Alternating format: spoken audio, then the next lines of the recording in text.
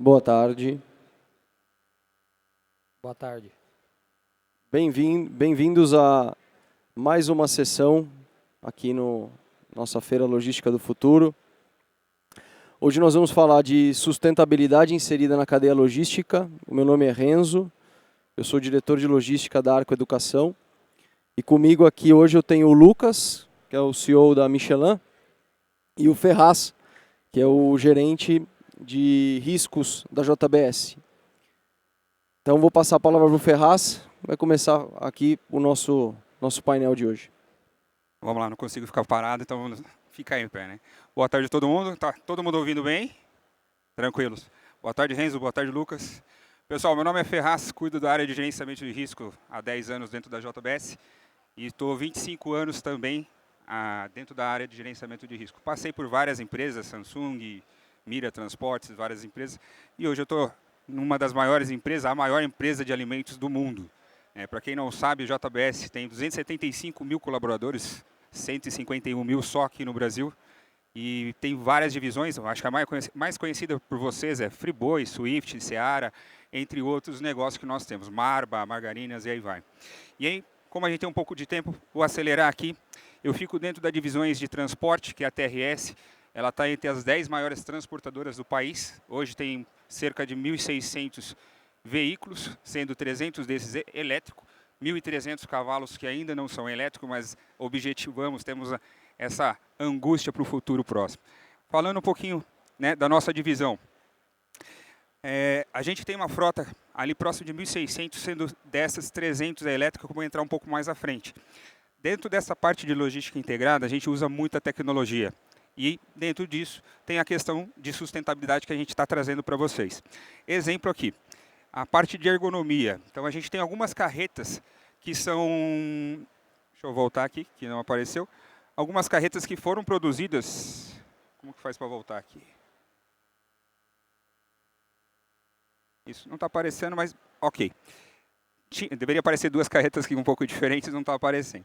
Está até aparecendo, mas está um pouco oculto ali.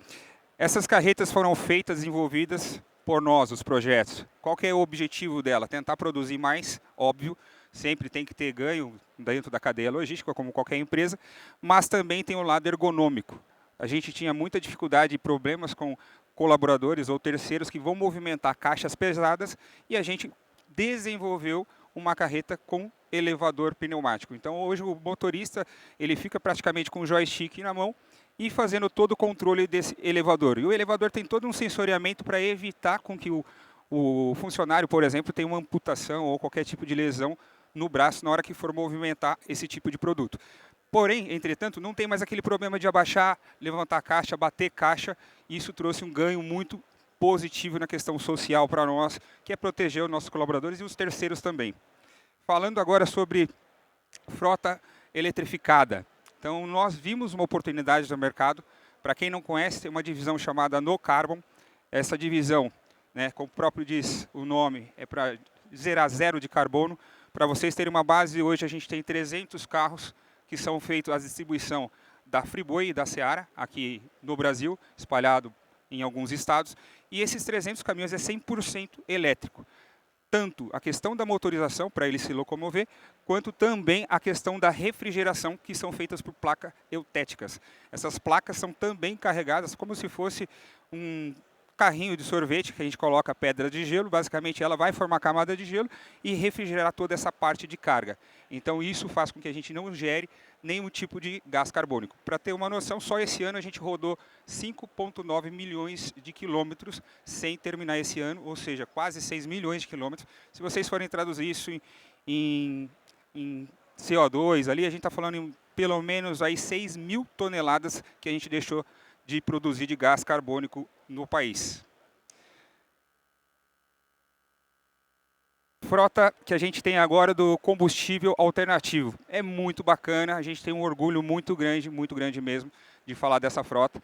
Nós colocamos um caminhão, nós temos uma fábrica de biodiesel em Lins, onde a gente produz biodiesel através de biomassa, e a gente colocou nesse caminhão, sem fazer nenhum tipo de adaptação, motor, câmbio, qualquer coisa nesse sentido, colocamos biodiesel 100% puro. rodamos, só para ter uma noção de como a gente esfola esse caminhão, esfola no bom sentido de trabalhar no máximo, é 1.000 quilômetros por dia. Então a gente roda mais ou menos 20.000 quilômetros por mês, quando não tem manutenção, ou até 30.000 quilômetros por mês. Então esse caminhão já rodou 200.000 quilômetros sem produzir o CO2 que tem ali no diesel. O mercado fala em torno de 90%, mais ou menos, que a gente deixa de produzir em CO2 comparado diesel ao biodiesel. Com isso, a gente conseguiu, junto uma certificação, onde a gente colocou na ANP o primeiro bioponto em Lins, onde a gente abastece os nossos caminhões. Então, a gente está lá em Biolins com o nosso próprio ponto de apoio. Não temos ambição, óbvio, porque não tem ainda a legislação correta no Brasil para a questão de ter postos para fazer comercialização, e esse também não é o core business da empresa. Mas a gente pretende sim aumentar muito essa frota de biodiesel que vem dando certo. Então é um caminhão que não quebrou, um caminhão que não teve adaptação, troca de peças, vem rodando. Para ter uma noção, a gente coloca ele roda no rodotrem. Imagina 2 containers de 40, ou seja, a gente está falando em alta tonelagem e ele não perdeu a potência comparado ao diesel. Então, para nós, está sendo um case de sucesso. A empresa que está rodando conosco do caminhão da marca também gostou dos resultados e isso está sendo replicado para outros clientes dessa própria marca. E a gente já começou também agora a fazer o teste também com veículo híbrido, que é onde a gente tem a questão do veículo a diesel com GNV. Então, é outro teste que a gente está fazendo.